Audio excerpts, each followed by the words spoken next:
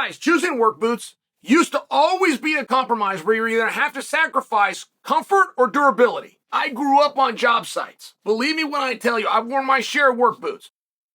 Brunt has finally changed this predicament. They've designed a boot as comfortable as your favorite sneaker for any job site. Trainer Eric Gerwad grew up blue collar, and he started Brunt after his friends in the trades encouraged him to build a workwear brand that was made for them. And how cool is this? All Brunt products are named after guys Eric grew up with. Whether you need waterproof, safety toe, or soft toe, you want to pull them on or lace them up, they got you covered. Brunt is so confident in these products, they'll let you try it on the job, risk-free. For a limited time, my listeners can get $10 off at Brunt at checkout by using code Chael. Just head to bruntworkwear.com/Chael. Use the code Chael, you're all set. Brunt also offers a full range of high-performance gear built for tough jobs. Whether it's heavy-duty work pants or weather-resistant jackets, Brunt designs reliable, durable workwear to keep you protected. Right now, my listeners get a save $10 off at Brunt simply by using code Chael at checkout. Just head to bruntworkwear.com/Chael. Use the code Chael at checkout, or just click on the link below. And if they ask,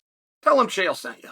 All right, I'm in a bit of a debate over here. My partner Ryan tells me that Gamrot is the backup fighter for Paddy the Baddy versus Chandler. And that surprised me. First off, I love that. I have no problem with it. I like the idea of a backup fighter. I'm just sharing with you, it does surprise me. We don't do backup fighters that often.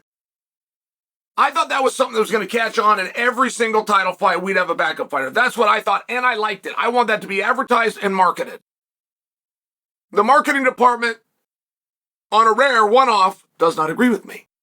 And I could not prove otherwise. It would be an experiment. We've never done it yet. But I'm only sharing with you. I like the backup spot. But one thing that surprised me about Gamrot getting the backup spot is, wow, what an important focus we have on a non-title, non-main event. We've just never had a backup fighter for a non-title, non-main event. Ever. As a matter of fact, it had to fit both of those criteria. Every time we've ever had a backup fighter, it's not only been for a main event, that main event also happened to be a title fight. This is neither, and I'm trying to think, okay, what's so important about that match? What is it we're trying to preserve? And there's something. There's things in front of us all the time, and we just don't see it, right? And I was very curious of that. And I do believe that that is the fight that will determine what's next for Ilia Topuria. That fight will determine who will be first versus Ilia Topuria. I believe that. Now, let's see. Then, when Ryan and I looked into it a little bit more, we actually found a quote from Gamrot. And Gamrot said, "I have been assured I will be the first one called if anything happens between Paddy the Baddy and Chandler." So my partner felt that he, with that evidence, has won our little debate. But I'm saying, no, wait a second. Being the first one to be called is not the same as being a backup fighter, and please allow me to say why. The backup fighter has a contract.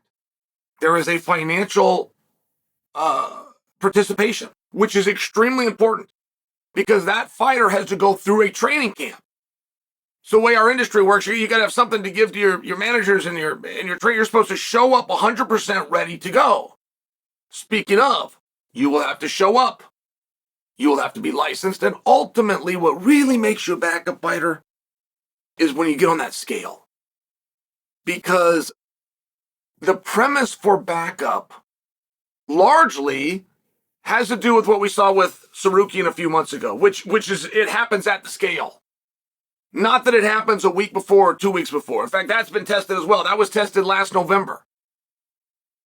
We had Sergey Pavlich as a clear backup for Jones Stipe. However, that only would get activated after the scale. Very small window where you've got to follow the most basic rule, which is the show must go on.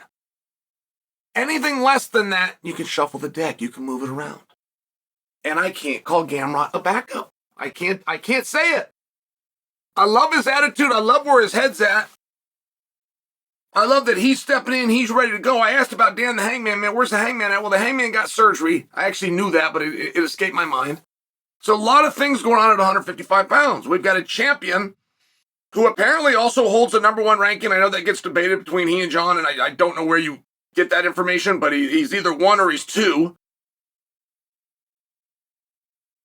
He's also free. He's unemployed right now, right? If you're a prize fighter and you don't have a fight, you're unemployed.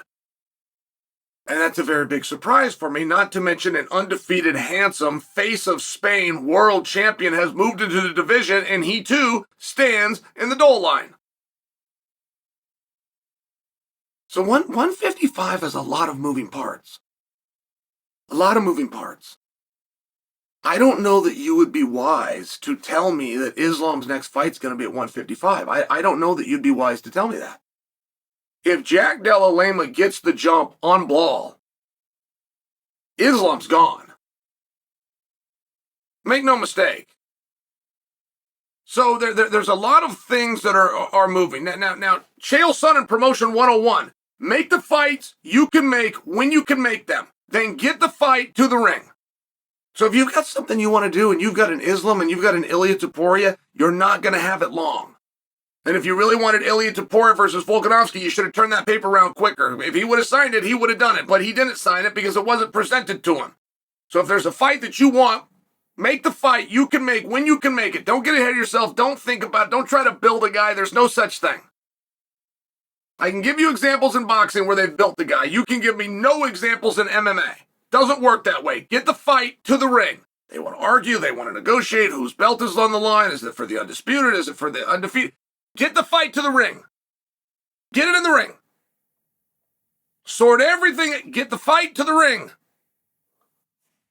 I'm just sharing with you at 155 pounds. I love the idea that Gamrot has inserted himself to this. I love the idea that Gamrot might come in. Very interesting matchup. Gamrot versus Chandler. Do you know what a bludgeoning that would be just because there's 2 styles? I love the idea of that. But if you want that fight, just like if you want Islam and Topuria or Islam versus absolutely anybody at 55, you want Islam's decision and career to be based on the outcome of Jack versus Blal, because that's what it's going to be if you don't get the paperwork to him. If you can make a fight and you want to make a fight, make the fight you can make when you can make it.